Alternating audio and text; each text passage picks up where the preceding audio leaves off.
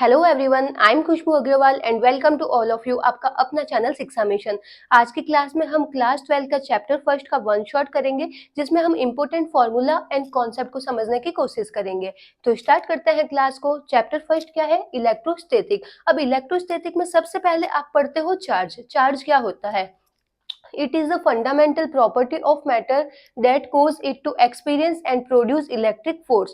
तो ये क्या होती है? जो चार्ज होता है वो क्या होता है? जो मैटर है, मैटर की एक फंडामेंटल प्रॉपर्टी होती है। मतलब चार्ज की वजह से जो मैटर होता है वो अपने ऊपर एक इलेक्ट्रोस्टैटिक फोर्स को फील करता है। देन ये क्या है? मैटर है, मैटर की फंडामेंटल प्रॉपर्टी है। जैसे ये मैटर है तो इसकी एक फंडामेंटल प्रॉपर्टी है चार्ज। चार्ज की वजह से ये अपने ऊपर एक इलेक्ट्रोस्टैटिक फोर्स को फील करेगा। जो चार्ज है उसकी यूनिट होती है कूलाम। ये स्केलर क्वांटिटी होती है। चार्ज टू टाइप्स के होते हैं, positive charge and negative charge. Same charge होता है उसके अंदर रिपल्सन होता है एंड ऑपोजिट चार्ज में अट्रैक्शन होगा। मतलब ऑपोजिट चार्ज को अगर आप रखोगे तो वो एक दूसरे के पास आएंगे, और अगर सेम चार्ज को रखोगे तो वो एक दूसरे से दूर जाएंगे। ये एटम का स्ट्रक्चर है जिसका अंदर ये न्यूक्लियस होता है एंड न्यूक्लियस के अंदर होता है प्रोटॉन और न्यूट्रॉन, और इसकी जो आउटर सेल है इसके अंदर इलेक्ट्रॉन रिवॉल्व करते हैं। अब देख लेते हैं इसके मास कितने कितने हैं। न्यूट्रॉन का मास होता है 1.674 इंटू 10⁻⁻27 kg, और एएमयू में मिलता है 1.0087 एएमयू। प्रोटॉन का मास होता है 1.672 इंटू 10⁻⁻27 kg एंड एएमयू में है 1.0073 एएमयू। इलेक्ट्रॉन का मास होता है 9.1 इंटू 10⁻⁻31 kg। तो आप यहाँ पे देखो जो प्रोटॉन और न्यूट्रॉन है उसका मास लगभग आपको इक्वल मिलता है। देखो ये न्यूट्रॉन का जो मास है वो है 1.0087 और ये यहाँ पे क्या मिलता है 1.0073। तो यहाँ पे सिर्फ इतना सा ही डिफरेंस है। लेकिन अगर आप यहाँ पे बारीकी से देखो तो जो न्यूट्रॉन का मास है वो सबसे ज्यादा मिलता है, फिर मिलता है प्रोटॉन का और फिर मिलता है इलेक्ट्रॉन का। लगभग प्रोटॉन और न्यूट्रॉन का जो मास होता है वो इक्वल ही होता है। आगे समझते हैं, चार्ज डिस्ट्रीब्यूशन को समझते हैं। दो आपके पास में स्फीयर है। एक स्फीयर है जिसके ऊपर चार्ज है Q1 और इसकी रेडियस है R1। दूसरा स्फीयर है, इसके ऊपर चार्ज है Q2 और इसकी रेडियस है R2। दोनों स्फीयर को आप टच कराओगे, टच कराने के बाद आपस इसको अलग कर दोगे। तो जब आप इसको अलग करोगे तो अब जो पहला स्फीयर है उस पे जो चार्ज है वो सेम नहीं रहेगा, इस पे जो चार्ज चेंज हो जाएगा। पहले पे चार्ज आ जाएगा Q1 डैश और दूसरे पे आ जाएगा Q2 डैश। तो Q1 डैश कितना होगा और Q2 डैश कितना होगा, इसकी वैल्यू हम इजीली कैलकुलेट कर सकते हैं। दोनों ही जो चार्ज है उसको ऐड कर दो, दोनों ही जो रेडियस है उसको भी ऐड कर दो। ये आ जाएगा Q1 plus Q2 upon R1 plus R2। ये दोनों ही टर्म्स में आ रही है, Q1 में भी आ रही है और Q2 डैश में भी आ रही है। अब अगर आपको पहले का निकालना है तो पहले के रेडियस से मल्टीप्लाई करो, दूसरे का निकालना है तो दूसरे के रेडियस से मल्टीप्लाई करो। तो इस तरीके से चार्ज डिस्ट्रीब्यूशन हम निकालते हैं। दो स्फीयर होते हैं, दो स्फीयर को अगर अपन टच करें, टच करके वापस अलग करें तो अब उनके ऊपर सेम चार्ज नहीं रहेंगे, चार्ज चेंज हो जाएंगे। कितना आएगा ये आप इजीली यहाँ से कैलकुलेट कर लोगे। आगे देखते हैं कुलाम्स लॉ। कुलाम्स लॉ क्या कहता है? अगर कोई भी दो चार्ज है वो अगर r डिस्टेंस पे सेपरेट है तो उनके ऊपर एक फोर्स लगेगा, और ये फोर्स कितना होगा? k Q1 Q2 upon R square, जहाँ पे k होता है 1/4 पाई एप्सिलॉन नॉट, जहाँ पे एप्सिलॉन नॉट क्या होता है? परमिटिविटी ऑफ फ्री स्पेस, और इसकी वैल्यू होती है 8.854 into 10⁻⁻12 coulomb square upon newton metre square. तो ये है कुलाम्स लॉ। आगे समझते हैं रिलेटिव परमिटिविटी क्या होती है। रिलेटिव परमिटिविटी होती है जो मीडियम की परमिटिविटी होती है अपॉन फ्री स्पेस की परमिटिविटी। तो relative permittivity is equal to medium की परमिटिविटी अपॉन फ्री स्पेस की परमिटिविटी। अब यहाँ से आप देखो जो फोर्स है, फोर्स क्या मिलता है? k Q1 Q2 upon R square. k की वैल्यू क्या होती है? 1/4 pi epsilon not Q1 Q2 upon R square. तो आप यहाँ से देखो जो फोर्स है एंड जो परमिटिविटी है इनके बीच जो रिलेशन है वो कैसा मिल रहा है? Inversely proportional. मतलब अगर परमिटिविटी बढ़ेगी तो फोर्स कम होगा, परमिटिविटी घटेगी तो फोर्स ज्यादा होगा। तो जो फोर्स और परमिटिविटी का जो रिलेशन होता है वो क्या होता है? इनवर्सली प्रोपोर्शनल होता है। तब इसी के कॉन्सेप्ट में हम यहाँ पे देखेंगे कि जो फ्री स्पेस और मीडियम में लगने वाला फोर्स कितना होता है। फ्री है ये एफ नोट डिनोट करता है फ्री स्पेस को, तो फ्री स्पेस में जो लगने वाला फोर्स क्या हो जाएगा? 1/E0, और मीडियम में लगने वाला फोर्स कितना हो जाएगा? 1/EM। EM upon E note क्या होता है? रिलेटिव परमिटिविटी होता है। तो यहाँ से देखो मीडियम में लगने वाला फोर्स क्या हो जाएगा? फ्री स्पेस का जो फोर्स है उसका 1/ER टाइम्स हो जाएगा, जहाँ पे ER क्या होता है? Relative permittivity. तो यहाँ से देखो मीडियम का आप फोर्स निकाल सकते हो। अगर आपको यहाँ पे फ्री स्पेस में फोर्स दे दिया and relative permittivity they the medium की, तो मीडियम में कितना फोर्स लग रहा है आप इजीली लिंक करके निकाल सकते हो। तो जिसको यहाँ तक नोट डाउन करना है नोट डाउन कर लो। नेक्स्ट कॉन्सेप्ट देखते हैं, फोर सेम चार्ज। दो सेम चार्ज है, एक चार्ज है Q और दूसरा चार्ज है NQ, ये एक लाइन पे रखे हुए हैं। इसके बीच में एक तीसरा चार्ज मेरे को रखना है, Q रखना है। तो इसके बीच में मैं यहाँ पे कहाँ चार्ज रखूँ कि इस चार्ज पे लगने वाला जो नेट फोर्स है वो 0 होना चाहिए। ये जो चार्ज है इस पे जो लगने वाला नेट फोर्स है वो क्या होना चाहिए, 0। अब नेट फोर्स 0 कब लगेगा, जब ये क्या रहेगा, इक्विलिब्रियम की कंडीशन में रहेगा। जितना फोर्स इनके बीच में लग रहा है उतना ही फोर्स इन दोनों के बीच में लगेगा। अब देखो जो पॉजिटिव चार्ज होती है, पॉजिटिव चार्ज से फील्ड लाइन बाहर की तरफ होती है एंड नेगेटिव से फील्ड लाइन अंदर की तरफ होती है। तो पहले यहाँ पे इस पॉइंट पे देखो, इस पॉइंट पे इसकी वजह से जो फील्ड लाइन होगी वो क्या रहेगी, बाहर की तरफ। तो फील्ड लाइन कैसे बनेगी, बाहर की तरफ। इसको हम इससे शो कर देते हैं। इसकी वजह से जो फील्ड होगा वो कैसे रहेगा, आउटवर्ड। और इस चार्ज की वजह से फील्ड रहेगा वो भी क्या रहेगा, आउटवर्ड। तो यहाँ पे फील्ड देखो, फील्ड क्या है, दोनों ही ऑपोजिट डायरेक्शन में है। तो जो ये जो फोर्स है, फोर्स कहाँ पे 0 होगा, इस लाइन के बीच में ही कहीं एक पॉइंट होगा, वहां पे 0 होगा। हम यहाँ पे आउटसाइड भी पॉइंट चेक कर लेते हैं। ये जो चार्ज है, इस चार्ज की वजह से अगर यहाँ पे देख लेते हैं, यहाँ पे हो सकता है क्या, इस चार्ज की वजह से जो फील्ड है वो क्या रहेगा, आउटवर्ड, बाहर की तरफ। और इसकी वजह से जो फील्ड है वो भी क्या रहेगा, आउटवर्ड, बाहर की तरफ। तो यहाँ पे जो फील्ड है वो क्या हो रहा है, एक ही डायरेक्शन में मिल रहा है। ऐसे ही आप अगर यहाँ पे भी चेक कर लो, इसकी वजह से जो फील्ड है वो क्या मिल रहा है, बाहर की तरफ।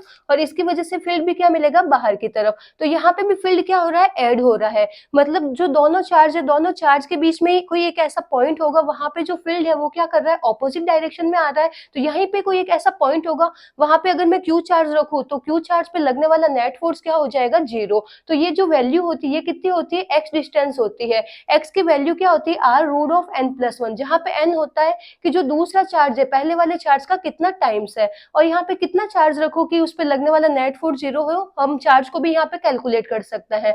तो जो चार्ज है वो क्या होता है, -nq/√n+1 का होल स्क्वायर। इस पे हम एक अभी क्वेश्चन भी कर लेंगे। अब देखते हैं ऑपोजिट के लिए। जो फर्स्ट चार्ज है वो है -q एंड जो सेकंड चार्ज है वो क्या है, +q है। अब यहाँ पे हम पहले चेक करते हैं, मिडिल में चेक करते हैं, फिर हम बाहर की तरफ चेक करेंगे। पहले देखते हैं, यहाँ पे चेक करते हैं P पॉइंट पे। पॉजिटिव की वजह से फील्ड लाइन बाहर की तरफ होती है, नेगेटिव से अंदर की तरफ रहती है। पॉजिटिव, इसकी वजह से जो फील्ड लाइन है वो क्या रहेगी, बाहर की तरफ। नेगेटिव से क्या होती है, अंदर की तरफ। तो यहाँ पे जो फील्ड लाइन है वो क्या मिल रही है आपको, सेम डायरेक्शन में मिल रही है। अब यहाँ पे इस पॉइंट पे आप चेक करो, नेगेटिव की वजह से जो फील्ड लाइन होती है वो क्या होती है, अंदर की तरफ। एंड पॉजिटिव की वजह से, इसकी वजह से यहाँ पे फील्ड लाइन क्या होगी, बाहर की तरफ। तो यहाँ पे देखो जो फील्ड लाइन है वो क्या हो रही है, आपस में ऑपोजिट आ रही है। तो बाहर ही जो एक डिस्टेंस है, बाहर ही एक ऐसा आपको पॉइंट मिलेगा, वहां पे अगर आप Q चार्ज रखोगे तो Q चार्ज पे लगने वाला फोर्स क्या हो जाएगा, 0 हो जाएगा। Q चार्ज पे लगने वाला नेट फोर्स 0 हो जाएगा। ये डिस्टेंस कितनी होगी, x = r√n-1, जहाँ पे n होता है कि जो सेकेंड चार्ज है पहले वाले चार्ज का कितना टाइम्स है, वो अपन वैल्यू ले लेते हैं। और जो चार्ज है, कितना चार्ज रखेंगे, वो है nq/√n-1 का होल स्क्वायर। इस पे हम एक क्वेश्चन भी कर लेते हैं ताकि कॉन्सेप्ट और भी क्लियर हो जाएगा। पहले इसका देखते हैं, सेम चार्ज।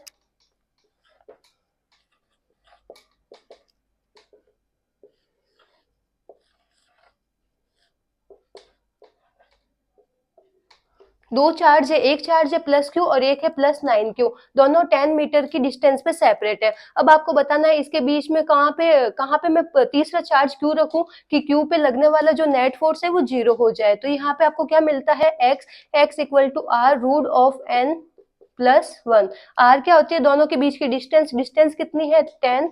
एन क्या होता है, ये इसका कितना टाइम्स है, ये इसका कितना टाइम्स है, 9 टाइम्स है। इसकी हम लेंगे रूट लेंगे, तो ये क्या हो गया, √9, √9 हो गया 3, तो ये हो गया 3 + 1, 2.5 मीटर। तो जो ये छोटा वाला चार्ज है, आपको ये जो x डिस्टेंस है ऑलवेज स्मॉल चार्ज से कैलकुलेट करनी है। स्मॉल चार्ज से यहाँ से 2.5 मीटर की डिस्टेंस पे अगर ये q चार्ज रखूंगी तो उस पे लगने वाला फोर्स क्या हो जाएगा, 0 हो जाएगा। अब यहाँ से आप q की वैल्यू भी निकाल सकते हो। q कितना होता है, -nq√n+1 का होल स्क्वायर। तो ये nq कितना हो गया, ये है -9q√n+1। ये आपको कितना मिल रहा है, 3 + 1 4, 4 का स्क्वायर 16। तो चार्ज की वैल्यू क्या आ गई, -9/16 क्यू। इस तरीके से ऑपोजिट के लिए देख लो, ऑपोजिट के लिए अलग वैल्यू ले लेते हैं, ये ले लेते हैं क्यू, ये ले लेता है 16 क्यू।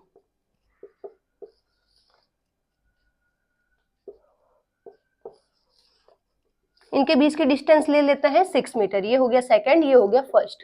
ये हो गया सैम के लिए, ये हो गया ऑपोजिट के लिए। अब ऑपोजिट में क्या होती है, जो वैल्यू मिलती है आपको वो कहाँ मिल रही है, आउटसाइड मिलती है, क्योंकि आउटसाइड ही फील्ड की डायरेक्शन आपको ऑपोजिट मिलती है। मिडिल में तो फील्ड की डायरेक्शन आपको सेम डायरेक्शन में मिलती है, तो फील्ड यहाँ पे ऐड हो जाएगा। अब आपको यहाँ पे निकालनी है एक्स की वैल्यू। एक्स का फॉर्मूला कितना मिलता है, R root of n minus 1। R कितनी है, 6। ये इसका कितना टाइम्स है, 16 टाइम्स है। 16 का रूट लो 4, 4 माइनस 1 3। कितना मिल गया, 2 मीटर। इस तरीके से चार्ज को भी कैलकुलेट कर सकते हो। चार्ज कितना हो जाएगा, 16 क्यू अपॉन में क्या आ रहा है, रूट ऑफ n माइनस 1 का स्क्वायर। तो ये कितना हो गया, 3, 3 का स्क्वायर 9। तो ये आ गया आपके पास में चार्ज। तो इस तरीके से डिस्टेंस और चार्ज निकाल सकते हो, लेकिन आपको ये एक चीज याद रखनी है, जो डिस्टेंस होती है ऑलवेज स्मॉल चार्ज से लेनी है। सेम चार्ज में जो वैल्यू मिलती है वो आपको मिडिल में मिलती है, एंड जो ऑपोजिट चार्ज है उसमें वैल्यू आपको मिलती है आउटसाइड में मिलती है। और दोनों ही केस में जो डिस्टेंस है वो आप कहाँ से ले रहे हो, स्मॉल चार्ज से ले रहे हो। जिसको नोट डाउन करना है नोट डाउन कर लो। नेक्स्ट देखते हैं इलेक्ट्रिक फील्ड। इलेक्ट्रिक फील्ड का फॉर्मूला होता है E equal to F upon Q. इसकी यूनिट होती है न्यूटन पर कूलाम। आगे देखते हैं electric field due to half ring at centre of ring. आपको एक सेमी सर्कुलर वायर दे रखा है, उसके सेंटर पे आपको इलेक्ट्रिक फील्ड निकालना है। तो फील्ड हो जाएगा 2k लैम्डा अपॉन आर, जहां पे लैम्डा होगी लीनियर चार्ज डेंसिटी। इसको कैसे निकालते हैं, चार्ज पर यूनिट लेंथ। यहाँ पे चार्ज कितना है, क्यू चार्ज है, और ये लेंथ कितनी है पूरी, ये लेंथ हो गई पाई आर हो गई। तो ये वैल्यू को अगर आप यहाँ पे रख दोगे तो ये और भी आगे सॉल्व हो जाएगा। अब आगे हम देखेंगे स्टैंडर्ड फॉर्मूला। इस फॉर्मूले को यूज करके अगर किसी भी टाइप की आपको रिंग दे रखी है तो उसका आप इजीली इलेक्ट्रिक फील्ड निकाल सकते हो। Half ring, full ring, quadrant सबके लिए ही यूज होगी। अब देखते हैं पहले हाफ रिंग के, पहले हम देखते हैं फॉर्मूला। तो ये क्या है, अगर यहाँ पे थीटा एंगल बन रहा है तो यहाँ पे फील्ड कितना हो जाएगा, 2k lambda upon R sine theta by 2, जहाँ पे थीटा क्या होता है, एंगल होता है। जो ये दोनों लाइन है, दोनों जो एंड है, इनके बीच में बनने वाला एंगल है। अब ये यूज करेंगे हम हाफ रिंग के लिए। अब हाफ रिंग के लिए क्या हो जाएगा, ये एक्सटेंड हो जाएगा। थीटा की वैल्यू कितनी आ जाएगी, 180 आ जाएगी। साइन थीटा बाई 2, 180 बाई 2 कितना होता है, 90। साइन 90 की वैल्यू 1, तो इलेक्ट्रिक फील्ड कितना आ गया, 2k लैम्डा अपॉन आर। देखते हैं क्वाड्रेंट के लिए, यहाँ पे देखो 2k लैम्डा अपॉन आर ये आया, और यहाँ पे भी वैल्यू कितनी आ रही है, 2k लैम्डा अपॉन आर। अब देखो क्वाड्रेंट के लिए थीटा की वैल्यू कितनी आ जाएगी, 90। थीटा बाई 2 45, साइन 45 की value 1 upon root 2। 1 upon root 2 से मल्टीप्लाई करेंगे, इसको डिवाइड करेंगे तो कितना आ जाएगा, root 2k lambda upon are. अब देखो फुल रिंग के लिए थीटा की वैल्यू कितनी होती है, 360। इसका हाफ क्या आएगा, 180। साइन 180 की वैल्यू होती है 0, तो फील्ड क्या आ जाएगा, 0। तो कंप्लीट रिंग के लिए सेंटर पे फील्ड कितना मिलेगा, 0 मिलेगा। आगे देखते हैं field due to long line charge. एक लॉन्ग लाइन आपको दे रखी है, उससे परपेंडिकुलर डिस्टेंस आर पे क्या है, एक पॉइंट है पी। आपको पी पॉइंट पे फील्ड निकालना है। तो कैसे निकालोगे, इसका फॉर्मूला है K lambda upon R sine alpha plus sine beta I cap plus cos alpha minus cos beta J cap. तो इस तरीके से अगर आपको एक लाइन दे रखी है, उसके ऊपर चार्ज है और उससे परपेंडिकुलर डिस्टेंस पे अगर पॉइंट पी है, तो वहां पे आप ये वाला फॉर्मूला यूज करके यहाँ पे वैल्यू निकालोगे। अब इसमें भी दो स्पेशल केस हम स्टडी करेंगे। फर्स्ट है line charge for infinite long. यहाँ पे लाइन चार्ज तो दे रखा है, लेकिन यहाँ पे जो लाइन है वो क्या है, इनफाइनाइट लॉन्ग लाइन है। तो यहाँ पे हम करते क्या है, देखो पी पॉइंट पे अगर निकालना है तो पी पॉइंट को हम क्या करते हैं, उसके अपर एंड लोअर दोनों एज से मिलाते हैं। लोअर एज से मिलाते हैं तो बनने वाला एंगल है अल्फा, अपर एज से मिलाते हैं तो बनने वाला एंगल क्या है, बीटा। अब इसको यहाँ इनफाइनाइट लॉन्ग आपको दे रखा है, वायर है जो इनफाइनाइट लॉन्ग है, तो अब इसको लोअर एज से मिलाओगे तो यहाँ पे एंगल कितना बन जाएगा, 90, और ऊपर भी मिलाओगे तो वैल्यू क्या आ जाएगी, 90, क्योंकि ये क्या है, इनफाइनाइट लॉन्ग है। तो यहाँ पे अल्फा और बीटा की वैल्यू कितनी आ जाएगी, 90 आ जाएगी। अब यहाँ पे वैल्यू पुट कर दो, cos 90 0, ये वाली टर्म यहाँ पर कैंसिल आउट हो जाएगी। sin 90 1, ये भी 1, 1 + 1 2, तो ये क्या हो गया, 2k lambda upon are I cap. अब इसमें सेकंड केस देखो, सेकंड केस में क्या कर रहा है, अल्फा और बीटा जो दोनों ही एंगल बन रहे हैं उसकी वैल्यू इक्वल ले ली, कि अगर दोनों ही एंगल अगर इक्वल होंगे तो फील्ड कितना होगा। देखो दोनों ही अगर एंगल इक्वल होंगे तो यहाँ से हम अल्फा और बीटा दोनों इक्वल है तो बीटा की जगह भी हम अल्फा यूज करेंगे। तो ये क्या हो गया, cos alpha minus cos alpha, ये वाली टर्म कैंसिल आउट हो गई। और ये क्या हो गया, sign alpha plus sine alpha, 2 times sine alpha, तो ये क्या हो गया 2k lambda upon r into sine alpha, और क्या आ जाएगा, आई कैप आ जाएगा। तो इस टाइप से हम दोनों केस यहाँ पे डिस्कस किए हैं। आगे देखो, नंबर ऑफ जो फील्ड लाइन होती है वो क्या होती है, चार्ज की डायरेक्टली प्रोपोर्शनल होती है। मतलब जो चार्ज है जितना ज्यादा होगा उसमें से निकलने वाली फील्ड लाइन उतनी ही ज्यादा होगी। एक चार्ज है वो है 2 कूलाम का और एक चार्ज है वो है 20 कूलाम का, तो 20 कूलाम में से निकलने वाली फील्ड लाइन ज्यादा होगी कंपेयर टू 2 कूलाम से। तो number of field line directly किसके प्रोपोर्शनल होती है, चार्ज के, जितना ज्यादा चार्ज उतनी नंबर ऑफ फील्ड लाइन होगी। तो number of field line directly proportional होती है Q अपॉन एप्सिलॉन नॉट, जहाँ पे एप्सिलॉन हम लेते हैं मीडियम का, कौन से मीडियम में आपको निकालनी है। आगे देखो, motion of charge particle in uniform field, यहाँ पे एक यूनिफॉर्म फील्ड दे रखा है, यूनिफॉर्म फील्ड के बीच में आपने चार्ज रखा है, तो उस चार्ज पे कौन कौन से फोर्स लगेंगे और फोर्स की डायरेक्शन क्या होगी। अगर फील्ड के बीच में पॉजिटिव चार्ज रखा है तो उस पर लगने वाला फोर्स होगा QE और इसकी डायरेक्शन फील्ड की डायरेक्शन में ही होगी। अगर उसमें नेगेटिव चार्ज रखा है तो उस पर लगने वाला फोर्स का मैग्नीट्यूड तो यही है, QE है, लेकिन उसकी डायरेक्शन क्या हो जाएगी, फील्ड की ऑपोजिट डायरेक्शन में होगी। अब यहाँ से हम दूसरी वैल्यू भी निकाल सकते हैं। अगर आपको यहाँ से एक वैल्यू मिल गई तो उसको आप लिंक करके दूसरी वैल्यू भी निकाल सकते हो। ये जो चार्ज पार्टिकल है इस पे लगने वाला फोर्स कितना है, QE, और फोर्स की वैल्यू क्या होती है, MA होती है। हमने यहाँ पे सेकंड लॉ में पढ़ा था F बराबर MA, तो यहाँ पे आप इसको इक्वेट कर दो, F बराबर MA, F बराबर QE और ये आ गया MA। यहाँ से आप एक्सेलरेशन निकाल सकते हो। अगर पूछ ले कि जो यहाँ पे पार्टिकल है, यहाँ पे जो चार्ज है उसका एक्सेलरेशन बताओ, तो एक्सेलरेशन क्या आ जाएगा, QE अपॉन M। अगर आपको वेलोसिटी पूछ ली तो वेलोसिटी क्या हो जाएगी, एक्सेलरेशन इनटू टाइम, तो ये क्या हो गया QE upon M into T. अगर पूछ ले मोमेंटम क्या है, तो मोमेंटम क्या होता है, mv होता है। वेलोसिटी है उसको m से मल्टीप्लाई कर दो तो m से ये कैंसिल आउट हो जाएगा, तो वेलोसिटी कितनी आ जाएगी, QET। अगर आपको काइनेटिक एनर्जी पूछ ली, जो चार्ज पार्टिकल है उसकी काइनेटिक एनर्जी बताओ, तो हाफ mv स्क्वायर, v का स्क्वायर करो, वेलोसिटी का स्क्वायर करोगे m स्क्वायर, एक m से एक m कैंसिल आउट हो जाएगा, क्या बचा ये 1/2 q square e square t square upon m। तो इस तरीके से अगर आपको एक वैल्यू दे दी, एक वैल्यू अगर आपने कैलकुलेट कर ली तो उसको लिंक करके आप दूसरी वैल्यू भी आराम से निकाल सकते हो। जैसे अगर आपको दे दिया यहाँ पे एक इलेक्ट्रिक यूनिफॉर्म इलेक्ट्रिक फील्ड है जिसके अंदर एक चार्ज पार्टिकल रख रखा है, बताओ उस चार्ज पार्टिकल के पास में कितनी काइनेटिक एनर्जी है, तो आप यहाँ पे इजीली निकाल सकते हो। F निकाल के बाकी की सम, बाकी की जो सारी टर्म है वो आप इजीली यहाँ पे निकाल सकते हो। जिसको नोट डाउन करना है नोट डाउन कर लो। नेक्स्ट देखते हैं, graph of electric field with distance due to combination of point charge. तो यहाँ पे आपको इलेक्ट्रिक फील्ड एंड डिस्टेंस दोनों के बीच में आपको यहाँ पे ग्राफ बताना है और यहाँ पे आपको पॉइंट चार्ज दे रखे हैं। तो पहले देख लो फील्ड एंड डिस्टेंस के बीच में रिलेशन क्या होता है। फील्ड का फॉर्मूला क्या होता है, E equal to F upon Q। F हमने क्या देखा था, K Q1 Q2 upon R square, तो ये क्या हो गया K Q1 upon R square 1 upon Q से Q कैंसिल आउट हो जाएगा, देन क्या बचा ये K Q1 upon R square. तो देखो फील्ड और ये डिस्टेंस आपस में क्या है, इनवर्सली प्रोपोर्शनल है, मतलब जितनी ज्यादा डिस्टेंस होगी फील्ड की वैल्यू उतनी ही कम होगी। तो फील्ड और डिस्टेंस दोनों के बीच में जो ग्राफ बनेगा वो कैसा बनेगा, इनवर्सली प्रोपोर्शनल वाला बनेगा। अब आपको यहाँ पे कुछ पॉइंट नोट करना है। जो पॉजिटिव चार्ज होता है उसमें से फील्ड लाइन बाहर की तरफ रहती है एंड नेगेटिव चार्ज से फील्ड लाइन अंदर की तरफ रहती है। इसको नोट डाउन कर लेते हैं।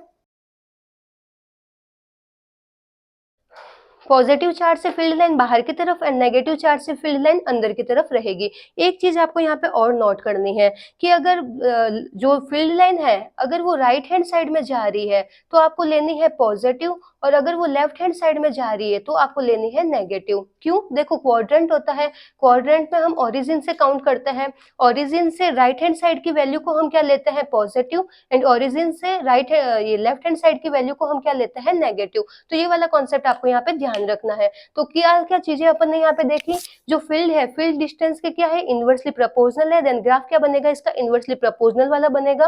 Positive charge and negative charge का बिहेवियर देखा फील्ड लाइन में, पॉजिटिव चार्ज से फील्ड लाइन बाहर की तरफ, नेगेटिव चार्ज से फील्ड लाइन अंदर की तरफ। फिर क्या मिला आपको, देखो जो फील्ड लाइन है फील्ड लाइन की आपको डायरेक्शन देखनी है, अगर राइट हैंड साइड में जा रही है देन पॉजिटिव लेना है, लेफ्ट हैंड साइड में जा रही है तो नेगेटिव लेना है। अब हम यहाँ पे ड्रॉ करते हैं, देखो पॉजिटिव चार्ज है, पॉजिटिव चार्ज से फील्ड लाइन क्या रहेगी, बाहर की तरफ रहेगी। पहले ड्रॉ कर लेते हैं बाहर की तरफ। अब यहाँ पे देखो ये वाला क्वाड्रेंट, इस क्वाड्रेंट में देखो, इस क्वाड्रेंट में जो फील्ड लाइन है वो आपको कहाँ मिल रही है, राइट हैंड साइड में। राइट हैंड साइड में क्या लेनी है, वैल्यू पॉजिटिव लेनी है। तो फील्ड की वैल्यू पॉजिटिव कहाँ मिल रही है, ऊपर की तरफ, तो ग्राफ बनेगा ऊपर। अब इस क्वाड्रेंट में देखो जो फील्ड लाइन कहाँ जा रही है, लेफ्ट साइड में जा रही है। लेफ्ट साइड में क्या लेते हैं, नेगेटिव। तो फील्ड लाइन क्या मिल रही है, नेगेटिव। तो ग्राफ बनेगा नीचे। इस टाइप से आपको ग्राफ बनाना है। अब देखो नेगेटिव चार्ज के लिए देखो, नेगेटिव चार्ज में सबसे पहले हम फील्ड लाइन ड्रॉ करते हैं। फील्ड लाइन कहाँ आएगी, अंदर की तरफ। अब इनके क्वाड्रेंट के हिसाब से देखते हैं। इस क्वाड्रेंट में देखो जो फील्ड लाइन कहाँ जा रही है, लेफ्ट साइड में। लेफ्ट साइड में क्या लेते हैं, फील्ड नेगेटिव। तो यहाँ पे नेगेटिव कहाँ मिलेगा, ऊपर तो पॉजिटिव है, लेफ्ट ये नेगेटिव मिलेगा नीचे की तरफ। तो ये ग्राफ बनेगा ऐसे। और ये ऐसा क्यों बन रहा है, क्योंकि जो फील्ड है वो डिस्टेंस के क्या है, इनवर्सली प्रोपोर्शनल है। अब यहाँ पे देखो left hand side, right hand side में जा रही है। राइट हैंड साइड में वैल्यू क्या लेते हैं, पॉजिटिव। तो ये ग्राफ इस टाइप से बनेगा।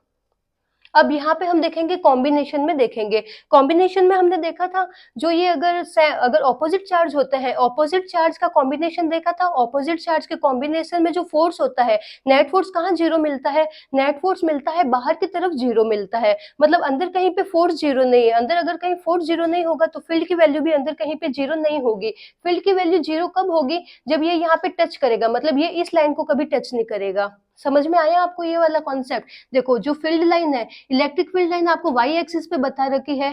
फील्ड की वैल्यू, ये जो कॉन्फ़िगरेशन है अपन ने क्या देखा था, जब ऑपोजिट चार्ज होते हैं, ऑपोजिट चार्ज में जो फोर्स होता है, फोर्स कहाँ पे जीरो होता है, नेट फोर्स बाहर की तरफ जीरो होता है। फील्ड क्या होता है, E is equal to F upon Q. तो अंदर की तरफ अगर फोर्स जीरो नहीं है, तो फोर्स जीरो नहीं है तो फील्ड भी जीरो नहीं होगा। तो फील्ड की वैल्यू अगर जीरो नहीं होगी तो ये इसको, इस लाइन को कभी भी ये टच नहीं करेगी। अब देखते हैं यहाँ पे ग्राफ। पॉजिटिव की वजह से फील्ड लाइन बाहर की तरफ, नेगेटिव की वजह से फील्ड लाइन अंदर की तरफ। अब एक एक को ड्रॉ करते हैं। ये देखो ये कहाँ जा रही है, लेफ्ट साइड में। लेफ्ट साइड में वैल्यू नेगेटिव, नेगेटिव फील्ड। ये कहाँ जा रही है, ये जा रही है इधर राइट हैंड साइड में। राइट हैंड साइड में वैल्यू पॉजिटिव। ये देखो ये कहाँ जा रही है, ये भी जा रही है राइट हैंड साइड में। राइट हैंड साइड में वैल्यू पॉजिटिव, पॉजिटिव ऊपर की तरफ मिलेगी। तो देखो ये इसको टच नहीं करेगी और टच करके वापस बिना टच किए ऊपर चली जाएगी। टच कब करती है, जब फोर्स जीरो होता है। बीच में कहीं फोर्स जीरो ही नहीं हो रहा है तो फील्ड जीरो नहीं होगा। अब ये देखो ये जा रही है लेफ्ट साइड में। लेफ्ट साइड में वैल्यू होती है फील्ड की नेगेटिव। इस टाइप से ग्राफ ड्रॉ करना है। अब ये देखो ये भी क्या है, ऑपोजिट है। दोनों ही चार्ज, एक है माइनस और एक है प्लस, मतलब इस फील्ड लाइन को ये ग्राफ टच नहीं करेगा। पहले यहाँ पे ड्रॉ करते हैं, नेगेटिव से अंदर की तरफ, पॉजिटिव से बाहर की तरफ, पॉजिटिव से बाहर, नेगेटिव से अंदर। अब हम लेते हैं एक एक क्वाड्रेंट। ये कहाँ जा रहा है, राइट साइड में। राइट साइड में फील्ड पॉजिटिव। ये जा रहा है लेफ्ट साइड में। लेफ्ट साइड में फील्ड नेगेटिव। ये देखो ये भी जा रहा है लेफ्ट साइड में। लेफ्ट साइड में फील्ड नेगेटिव। ये जा रहा है राइट हैंड साइड में। राइट साइड में फील्ड पॉजिटिव। तो इस टाइप से आपको ग्राफ बनाना है। अब देखो ये क्या है, सेम चार्ज है। सेम चार्ज में फील्ड जीरो, फोर्स जीरो मिलता है। इसके बीच में यहाँ पे एक ऐसा पॉइंट है जहाँ पे फोर्स की वैल्यू क्या हो जाएगी, जीरो। अब जब फोर्स की वैल्यू जीरो होगी तो फील्ड भी क्या होगा, जीरो। फील्ड जीरो होगा मतलब जो ये ग्राफ है, ये ग्राफ इस लाइन को कट करेगा। देखते हैं, पॉजिटिव की वजह से फील्ड बाहर की तरफ। इस क्वाड्रेंट को लेते हैं। ये कहाँ जा रहा है, लेफ्ट साइड में। लेफ्ट साइड में वैल्यू क्या होती है, नेगेटिव। ये कहाँ जा रहा है, राइट साइड में। राइट साइड में वैल्यू क्या होती है, पॉजिटिव। अब ये देखो ये कहाँ जा रहा है, ये जा रहा है राइट, ये जा रहा है लेफ्ट साइड में। लेफ्ट साइड में फील्ड की वैल्यू नेगेटिव। तो ये देखो ये इसको कट करता हुआ ऐसे आएगा। और ये कहाँ जा रहा है, राइट साइड में। राइट साइड में वैल्यू पॉजिटिव। हमने देखा था इस टाइप का कॉन्फ़िगरेशन आता है जब सेम चार्ज में। तो सेम चार्ज में स्मॉल चार्ज होता है। स्मॉल चार्ज से एक्स डिस्टेंस पे फोर्स की वैल्यू जीरो होती है और यहीं पे फील्ड की वैल्यू भी क्या होगी, जीरो। तो ये वाला जो पॉइंट है यहाँ पे फील्ड की वैल्यू क्या मिल रही है, जीरो मिल रही है। अब ये देखो -4q एंड +q, ये क्या है, ऑपोजिट चार्ज है। ऑपोजिट चार्ज मतलब ये बीच वाली लाइन को टच नहीं करेगा, क्योंकि बीच में फोर्स की वैल्यू जीरो नहीं होगी तो फील्ड भी जीरो नहीं होगा। यहाँ पे पहले हम ड्रॉ करते हैं, माइनस से क्या जाता है, अंदर की तरफ, और प्लस से बाहर की तरफ। इस क्वाड्रेंट को देखो कहाँ जा रहा है, राइट साइड में। राइट साइड में फील्ड पॉजिटिव, लेफ्ट साइड में फील्ड नेगेटिव, लेफ्ट साइड में फील्ड नेगेटिव, राइट साइड में फील्ड पॉजिटिव। तो इस टाइप से ये ग्राफ बनेगा। तो यहाँ पे हमने देख लिया ग्राफ किस तरीके से आपको बनाना है। देख लो, जो फील्ड होता है, फील्ड और डिस्टेंस का जो रिलेशन होता है वो क्या होता है, इनवर्सली प्रोपोर्शनल वाला रिलेशन होता है। पॉजिटिव से फील्ड लाइन बाहर की तरफ, नेगेटिव से अंदर की तरफ। एक पॉइंट आपको याद रखना है कि जो अगर लाइन राइट हैंड साइड में जाए तो आपको पॉजिटिव लेना है एंड लेफ्ट साइड में जाए तो नेगेटिव लेना है। फिर उसके अकॉर्डिंग आप देख लो ई कहाँ है, पॉजिटिव मिल रहा है तो ऊपर की तरफ ड्रॉ करो, नेगेटिव मिल रहा है तो नीचे की तरफ ड्रॉ करो। जिसको यहाँ तक ड्रॉ करना है ड्रॉ कर लो। नेक्स्ट देखते हैं इलेक्ट्रिक डाइपोल। अब इलेक्ट्रिक डाइपोल क्या होता है इसको समझते हैं। दो ऑपोजिट पोलैरिटी के चार्ज अगर बहुत ही स्मॉल डिस्टेंस पे सेपरेट होते हैं देन वो इलेक्ट्रिक डाइपोल बनाते हैं।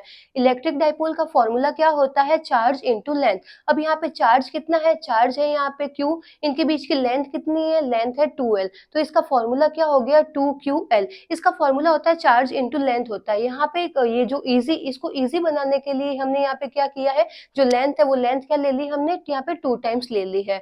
आगे देखते हैं इसकी जो यूनिट है, इसकी यूनिट क्या हो जाएगी, चार्ज इंटू लेंथ इसका फॉर्मूला है तो इसकी यूनिट हो जाएगी कूलाम इंटू मीटर। जैसे एक एग्जांपल लेते हैं, एक जो चार्ज है वो है 2 कूलाम का, तो दूसरा क्या होना चाहिए, -2 कूलाम का होना चाहिए। आपस में अगर 5 मीटर की डिस्टेंस पे सेपरेट है तो ये क्या हो जाएगा 5 इंटू 2 10, इसकी यूनिट क्या हो जाएगी 10 कूलाम इंटू मीटर। तो ये क्या बना रहे हैं, डाइपोल बना रहे हैं। डाइपोल की डायरेक्शन क्या होती है, नेगेटिव टू पॉजिटिव होती है, ये होती है डाइपोल की डायरेक्शन। आगे देखते हैं electric field due to dipole at axial position. जो ये डाइपोल है ना, यहाँ पे देखो -Q + Q आपस में 2a डिस्टेंस पे सेपरेट है। ये जो डिस्टेंस होती है ना बहुत ही स्मॉल होती है। तो ये जो डाइपोल है, डाइपोल से एक्सियल पे मतलब डाइपोल की एक्सिस पे अगर एक पॉइंट लेते हो P, तो उस पॉइंट पे इलेक्ट्रिक फील्ड कितना होगा। तो यहाँ पे आप क्या करोगे, देखो यहाँ पे हमने 2L डिस्टेंस किस लिए ली थी, ताकि आगे कैलकुलेशन ईजी हो, इसलिए हमने यहाँ पे 2L डिस्टेंस ली थी। अब यहाँ पे भी देखो, यहाँ पे डिस्टेंस क्या ली है 2a, तो यहाँ पे जो डाइपोल है, डाइपोल के मिड पॉइंट से x डिस्टेंस पे एक पॉइंट है P, यहाँ पे आपको निकालना है फील्ड निकालना है। तो फील्ड कितना हो जाएगा 2kpx upon x square minus a square का होल स्क्वायर, जहाँ पे 2a क्या है, इसके बीच की डिस्टेंस। अब यहाँ पे एक अजम्पशन लेते हैं कि जो x है, जो ये डिस्टेंस है बहुत ही बड़ी है। जो डाइपोल होता है ना, डाइपोल बहुत ही स्मॉल होता है, तो डाइपोल स्मॉल है तो a की वैल्यू क्या होती है, बहुत ही स्मॉल होती है। a की वैल्यू अगर स्मॉल है तो इसको हम नेगलेक्ट कर सकते हैं, तो ये अगर 0 हो जाएगा तो ये क्या हो जाएगा x की पावर 4, एक x से एक x कैंसिल आउट हो जाएगा, तो फील्ड कितना आ जाएगा 2kp अपॉन x क्यूब। तो जो डाइपोल होता है, डाइपोल की एक्सिस पे आपको फील्ड कितना मिलता है 2kp अपॉन x क्यूब। और अगर आपको वहां पे डाइपोल की भी अगर पैरामीटर दे रखा है, डाइपोल की लेंथ दे रखी है, तो आपको ये वाला फॉर्मूला यूज करना है, जबकि जनरली ये वाला फॉर्मूला यूज होता है, क्योंकि जो डाइपोल होती है, डाइपोल के बीच जो चार्ज होते हैं, चार्ज के बीच की जो डिस्टेंस होती है ना, वो बहुत ही स्मॉल होती है। आगे देखते हैं इलेक्ट्रिक फील्ड ड्यू टू। अब देखो यहाँ पे जो फील्ड की डायरेक्शन क्या होगी, डाइपोल की डायरेक्शन में ही होगी। अब जो ये फील्ड है वो क्या हो रहा है, डाइपोल की डायरेक्शन में। डाइपोल की डायरेक्शन क्या होती है, माइनस से positive, -2 plus. Electric field due to perpendicular bisector. अब यहाँ पे आपको बोल रहे हैं एक डाइपोल है, डाइपोल के यहाँ पे परपेंडिकुलर एक पॉइंट है P, इस P पॉइंट पे आप बताओ कि जो फील्ड है, फील्ड कितना होगा और फील्ड की डायरेक्शन क्या होगी। तो पहले तो देख लो फील्ड कितना होगा, -kp upon x square plus a square की पावर 3/2। अब ये आया कैसे है ये तो हम देख लेंगे बाद में। अब यहाँ पे इसकी डायरेक्शन देख लो, डायरेक्शन इसकी क्या मिलेगी, देखो नेगेटिव की वजह से जो फील्ड लाइन होती है वो क्या होती है, अंदर की तरफ टूवर्ड, ये इसकी तरफ रहेगी। पॉजिटिव से फील्ड लाइन यहाँ पे क्या होगी, बाहर की तरफ, तो ये आउटसाइड में देखो ऐसे होगी। तो यहाँ पे एक फील्ड इधर जा रहा है, एक फील्ड इधर जा रहा है, तो इसका रिजल्टेंट कहाँ मिलेगा, रिजल्टेंट मिड में मिलेगा, तो यहाँ पे मिलेगा इसका रिजल्टेंट। तो फील्ड की डायरेक्शन आपको क्या मिल रही है, डाइपोल की डायरेक्शन की ऑपोजिट मिल रही है। डाइपोल की डायरेक्शन क्या होती है, माइनस से प्लस की तरफ, तो डाइपोल की डायरेक्शन तो ये है, और फील्ड की डायरेक्शन आपको क्या मिल रही है, इसके ऑपोजिट मिल रही है, तो इस वजह से यहाँ पे माइनस का साइन आया है। अब यहाँ पे इस पॉइंट पे फील्ड कितना है, -kp vector upon x square plus a square की पावर 3/2। यहाँ पे भी हम वो वाली कंडीशन लगाएंगे, डाइपोल होता है वो बहुत ही स्मॉल होता है, तो a की वैल्यू बहुत ही अगर छोटी होगी तो यहाँ पे क्या हो जाएगा, ये वैल्यू 0 हो जाएगी, आपस में कैंसिल आउट हो जाएगा, और यहाँ पे आपको परपेंडिकुलर पे कितना मिलेगा, -kp अपॉन एक्स क्यूब। अब देखो यहाँ पे एक्सिस पे कितना मिला 2kp upon x cube. Perpendicular पे कितना मिला, kp अपॉन एक्स क्यूब। मतलब यहाँ पे क्या मिल रहा है, हाफ मिल रहा है। यहाँ पे एक्सिस पे क्या मिल रहा है, 2 टाइम्स मिल रहा है। तो ये रिलेशन हो गया यहाँ पे electric field at axial is equal to 2 times electric field perpendicular. अगर आपको यहाँ पे अगर शॉर्ट क्वेश्चन दे दे कि परपेंडिकुलर पे आपको इलेक्ट्रिक फील्ड दे दे, अब अगर आपको पूछे एक्सियल पे, तो आप क्या करो, डायरेक्ट उसको 2 से मल्टीप्लाई कर दो, क्योंकि एक्सिस पे होता है वो क्या होता है, परपेंडिकुलर का 2 टाइम्स। आगे देखते हैं, electric field eight angle theta from dipole. अब यहाँ पे आपको एक डाइपोल दे रखा है और यहाँ पे एक एंगल पे आपको निकालना है, फील्ड निकालना है। अब यहाँ पे आपको थीटा एंगल पे देखिए, आपको किसी भी पॉइंट पे आप निकाल सकते हो। जैसे आपको इस पॉइंट पे निकालना है, अगर आपको वैल्यू दे दी ये थीटा है, तो ये वाली डिस्टेंस ले लो r।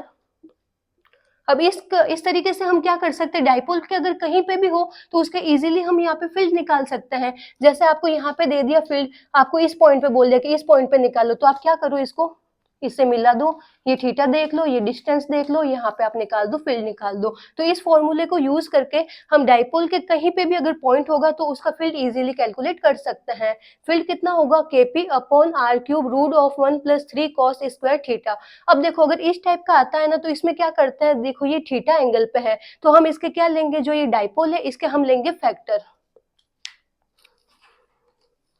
तो इसका एक फैक्टर इधर आ जाएगा p cos थीटा, और इसके परपेंडिकुलर क्या आ जाएगा, p sin थीटा। तो जब ये डाइपोल के हमने यहाँ पे फैक्टर ले लिए, तो अब इस डाइपोल के, ये वाला जो डाइपोल है इसका यूज नहीं है, हमने इसके 2 फैक्टर ले लिए, एक ले लिया p cos थीटा, एक ले लिया p sin थीटा। अब देखो p cos थीटा के ये जो पॉइंट है वो कहाँ है, एक्सिस पे लाई हो रहा है, इस पॉइंट को मान लेते हैं a। जो p cos थीटा के जो ये पॉइंट है a, वो क्या है, इसकी एक्सिस पे लाई हो रहा है, एंड एक्सिस की वजह से यहाँ पे जो बन जाएगा वो कितना बनेगा, फील्ड। फील्ड कितना होगा, इस साइड में होगा, और फील्ड कितना होगा, यहाँ पे देखो एक्सिस की वजह से कितना मिलता है, 2kp अपॉन एक्स क्यूब। तो ये कितना हो गया, 2kp। p कितना है यहाँ पे, p cos थीटा, तो ये क्या हो गया, p cos theta upon distance कितनी दे रखी है, r, तो ये हो गया r क्यूब। अब ये तो मिला है इसकी वजह से। अब देखो परपेंडिकुलर की वजह से, देखो परपेंडिकुलर ये जो ये है, ये इसके क्या हो गया, परपेंडिकुलर। देन परपेंडिकुलर की वजह से आपको डायरेक्शन कहाँ मिलती है, डायरेक्शन मिलती है ऑपोजिट। ये देखो परपेंडिकुलर फील्ड होता है, इसमें फील्ड एंड डाइपोल दोनों ऑपोजिट डायरेक्शन में है। इसमें डाइपोल अगर इधर जा रहा है तो फील्ड कहाँ जाएगा, फील्ड ऐसे जाएगा ऊपर की तरफ। इसकी वजह से कितना मिल रहा है, इसकी वजह से मिल रहा है kp अपॉन एक्स क्यूब। तो यहाँ पे लिख दो k, p कितना है यहाँ पे, sine theta, kp sine theta upon r cube. अब दोनों का यहाँ पे हम रिजल्टेंट निकालेंगे, देन रिजल्टेंट कहाँ मिलेगा, मिड में। तो यहाँ पे मिलेगा इसका रिजल्टेंट फील्ड। देन थीटा की वजह से, एंगल थीटा की वजह से, अगर आपको एक पॉइंट दे रखा है कि जो डाइपोल है, डाइपोल से थीटा एंगल पे आपको एक पॉइंट दे रखा है, वहां पे आपको निकालना है फील्ड। तो जो फील्ड होता है वो क्या होता है, डाइपोल होता है, डाइपोल के परपेंडिकुलर होता है। तो इस टाइप में आपको फील्ड मिलता है। फील्ड तो आपको मिल रहा है, रिजल्टेंट फील्ड कहाँ मिल रहा है, ऊपर की तरफ मिल रहा है। इसकी वैल्यू कितनी है, kp upon r cube root of 1 plus 3 cos square theta. जहाँ पे थीटा तो है, यहाँ पे एंगल, डाइपोल से कितना एंगल बन रहा है, जो ये पॉइंट है उस पॉइंट को लाइन से जोड़ देंगे, कितना एंगल बन रहा है। अब यहाँ पे अल्फा क्या है, तो अल्फा देखो, जो ये वाला जो फील्ड है ना, परपेंडिकुलर फील्ड आपको मिल रहा है, नेट फील्ड मिल रहा है, नेट फील्ड और इसके बीच की जो एंगल कितना है, ये हो गया अल्फा। तो यहाँ से आपको रिलेशन मिलता है tan alpha equal to tan theta by 2। आगे देखते हैं, electric dipole in uniform electric field.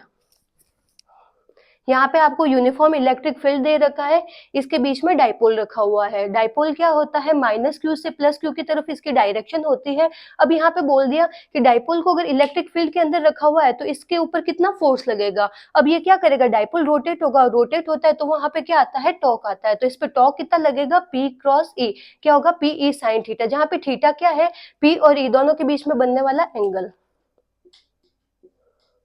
Theta की वैल्यू ये है। इसमें 2 कंडीशन है, थीटा की वैल्यू अगर 0 होती है तो ये क्या होता है, स्टेबल। देखो थीटा की वैल्यू 0, साइन 0 की वैल्यू 0 होती है, तो यहाँ पे टॉर्क कितना हो गया, 0। तो इस कंडीशन में जो डाइपोल है वो डाइपोल कैसे लाई कर रहा है, माइनस क्यू से प्लस क्यू।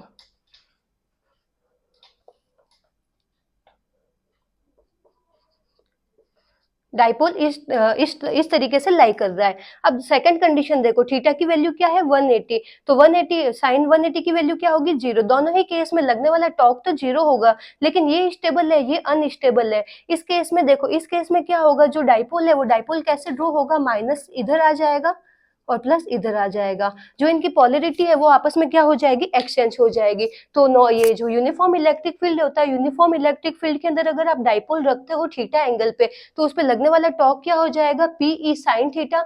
दो कंडीशन होगी, थीटा की वैल्यू अगर 0 है, थीटा की वैल्यू 0 है, मतलब फील्ड की डायरेक्शन में डाइपोल की डायरेक्शन है। डाइपोल की डायरेक्शन क्या होती है, देखो फील्ड की डायरेक्शन इधर मिल रही है, डाइपोल की डायरेक्शन भी क्या हो जाएगी, ये वाली होगी। तो डाइपोल की डायरेक्शन भी आपको इस डायरेक्शन में ही मिल रही है। देन डाइपोल एंड फील्ड दोनों ही सेम डायरेक्शन में है, तो ये क्या हो जाएगा, स्टेबल हो जाएगा। अब इस कंडीशन में देखो, फील्ड की डायरेक्शन तो ऐसे है, लेकिन डाइपोल क्या है, डाइपोल इस डायरेक्शन में आएगा।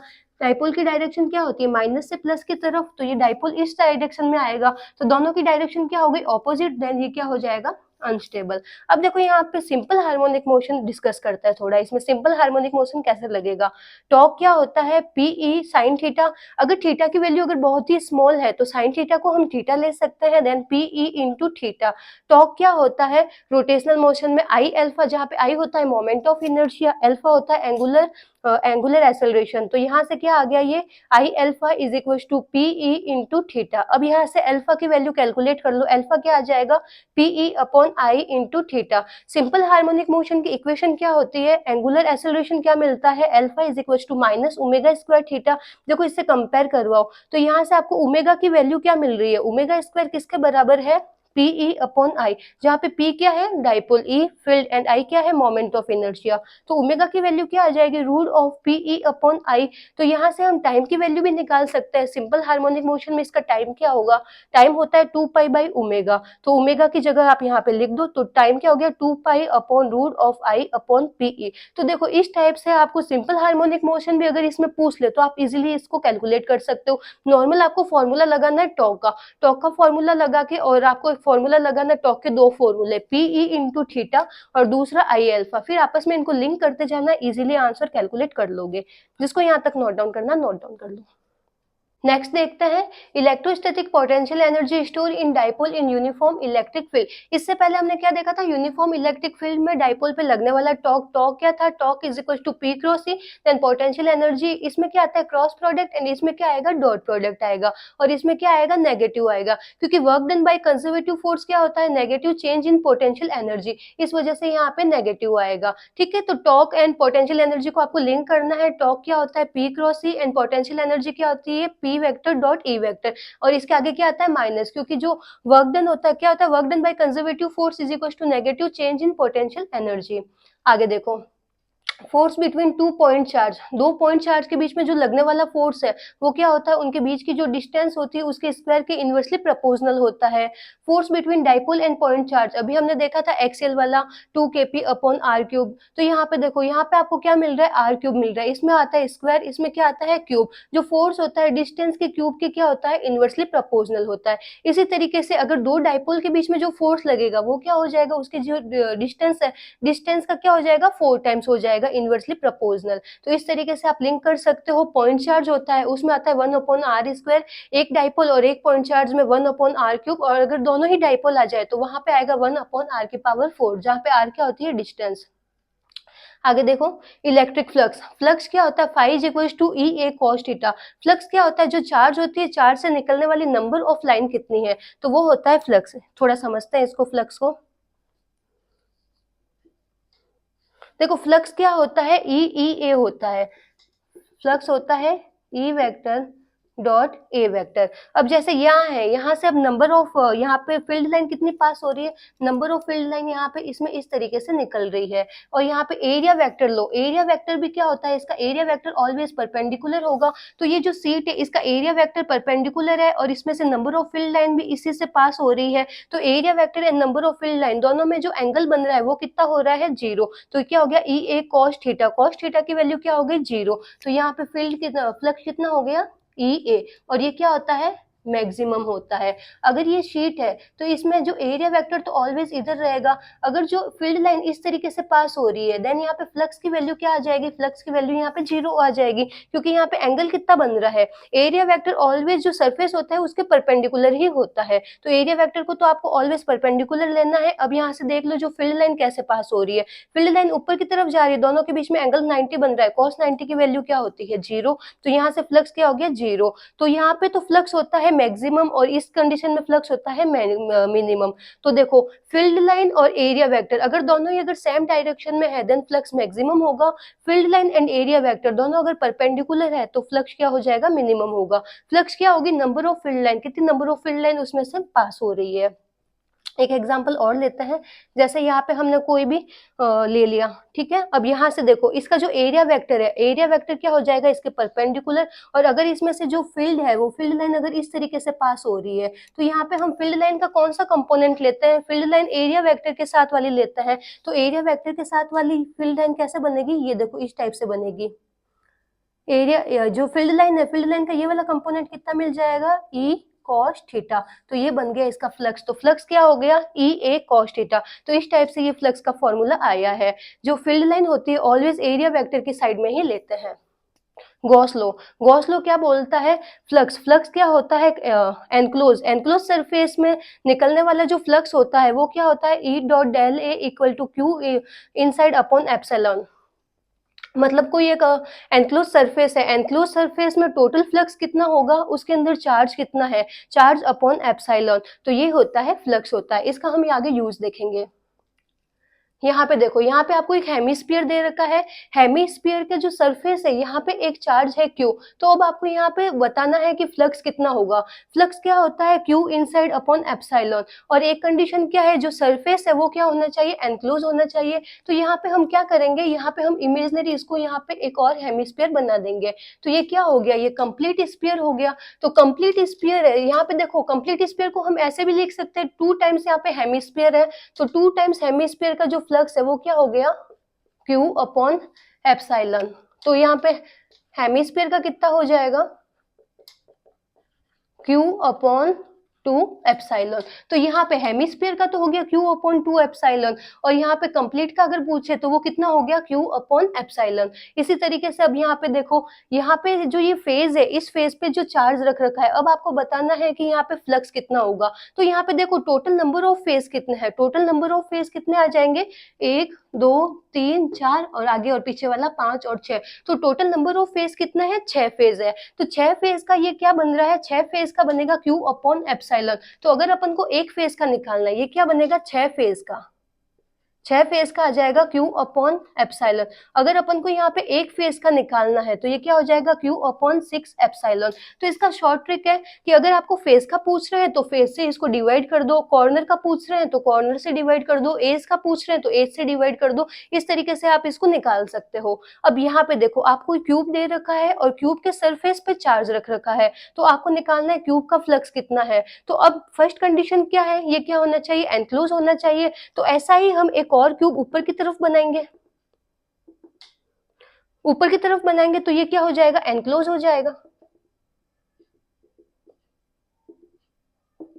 अब देखो सेम ऐसा क्यूब हमने ऊपर की तरफ बनाया है, तो दो क्यूब का मिलके कितना बन रहा है, जो ये है वो क्या हो रहा है, दो क्यूब का, दो क्यूब का हो रहा है क्यू अपॉन एप्सिलॉन। अगर आपको सिंगल क्यूब का निकालना है तो ये कितना हो जाएगा, क्यू अपॉन 2 एप्सिलॉन। तो देख लो जो ये चार्ज है वो कितने में बट रहा है, जितने में बट रहा होता है वो क्या आ जाता है नीचे। यहाँ पे भी देख लो जो ये चार्ज है 6 फेज में बट रहा है तो 6 वैल्यू नीचे आ गई, यहाँ पे ये 2 क्यूब में बट रहा है तो 2 नीचे आ गया। इसी तरीके से एज का देखो, एज कितना होता है, एक क्यूब के अंदर कितने एज होते हैं, 1 2 3 4, 4 एज है। तो अगर एक एज का पूछ ले कि एज पे बताओ यहाँ पे कितना आ जाएगा, तो एज का कितना आ जाएगा, क्यू अपॉन 4 एप्सिलॉन। जितने में बट रहा होता है वो आ जाए डिवाइड में। अगर कॉर्नर का पूछ ले तो इसमें कॉर्नर कितने होते हैं, 1 2 3 4 5 6 7 8, 8 कॉर्नर है, देन 8 में ये डिवाइड हो जाएगा, क्यू अपॉन 8 एप्सिलॉन।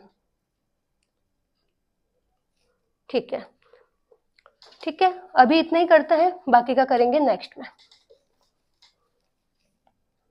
नेक्स्ट देखते हैं hollow conducting, non conducting, solid conducting cylinder. यहाँ पे हम तीन की एक साथ में स्टडी करेंगे। होलो कंडक्टिंग हो या नॉन कंडक्टिंग हो, दोनों का जो फील्ड होता है वो सेम मिलता है एंड सॉलिड कंडक्टिंग का भी सेम मिलता है। सिर्फ एक इसमें अलग है कि solid non conducting, solid non conducting cylinder होता है उसमें अलग मिलता है, जबकि होलो के दोनों case conducting and non conducting and solid का कंडक्टिंग, इन तीनों ही केस में जो चार्ज होते हैं, चार्ज क्या होता है, बाहर की तरफ रहता है, अंदर की तरफ चार्ज नहीं रहते। अब यहाँ पे हमें निकालना है कि सिलेंडर का निकालना है, तो सिलेंडर के अंदर चार्ज ही नहीं है, तो चार्ज ही नहीं है तो फील्ड ही नहीं रहेगा, तो इनसाइड फील्ड कितना हो जाएगा, 0। एंड आउटसाइड में जो फील्ड है वो कितना आ जाएगा, sigma R upon epsilon are, जहाँ पे सिग्मा क्या है, एरिया चार्ज डेंसिटी, सिग्मा क्या हो जाएगा, चार्ज पर यूनिट एरिया। अब देखते हैं solid non conducting cylinder. Solid non conducting cylinder के अंदर जो चार्ज होते हैं वो अंदर यूनिफॉर्मली डिस्ट्रीब्यूट होते हैं, तो इसके अंदर अंदर जो फील्ड होगा वो कितना हो जाएगा, रो आर अपॉन 2 एप्सिलॉन। ये क्या हो जाएगा, वॉल्यूम चार्ज डेंसिटी, जहाँ पे रो होता है charge per unit volume. Outside, outside में कितना मिलेगा, rho r square upon 2 epsilon are, जहाँ पे आर की वैल्यू क्या है, जो ये रेडियस है रेडियस से बड़ी है। बाहर के केस में जो स्मॉल आर है वो रेडियस से क्या है, बड़ा है। तो अंदर की तरफ तो ये फील्ड है ये इस तरीके से मिलेगा और बाहर की तरफ ये मिलेगा। आगे देखते हैं, सेम जो केस है वो स्पीयर में भी अप्लाई होगा। यहाँ पे जो सिलेंडर है, सिलेंडर में क्या था, hollow conducting and non conducting and solid conducting, तो इसमें भी hollow conducting and non conducting and solid conducting sphere, तीनों का जो फॉर्मूला है वो आपको सेम मिलेगा। जो चार्ज है वो बाहर की तरफ इकट्ठे हो जाता है, तो अंदर की तरफ चार्ज ही नहीं है तो फील्ड क्या हो जाएगा, 0, और बाहर की तरफ जो फील्ड है वो मिलेगा के क्यू अपॉन आर स्क्वायर। तो फील्ड डिस्टेंस के क्या है, इनवर्सली प्रोपोर्शनल है, तो उसका ग्राफ आपको इस तरीके से मिलेगा।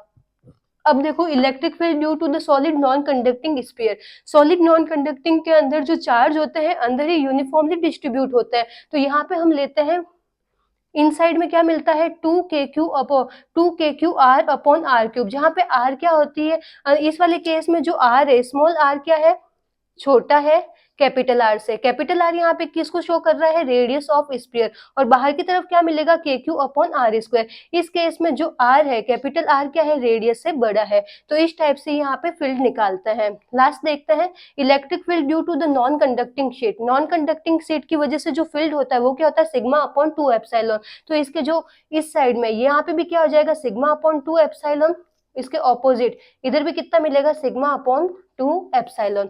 लास्ट देखते हैं कंडक्टिंग शीट। कंडक्टिंग शीट की वजह से जो फील्ड है वो क्या हो जाएगा, सिग्मा अपॉन एप्सिलॉन, तो इधर भी कितना मिलेगा, सिग्मा अपॉन एप्सिलॉन, और उधर भी मिलेगा सिग्मा अपॉन एप्सिलॉन। तो यहाँ पे चैप्टर फर्स्ट में जितने भी फॉर्मूले थे, कॉन्सेप्ट थे, हमने यहाँ पे कवर करने की कोशिश की है। यहाँ पे चैप्टर होता है कंप्लीट। Thank you.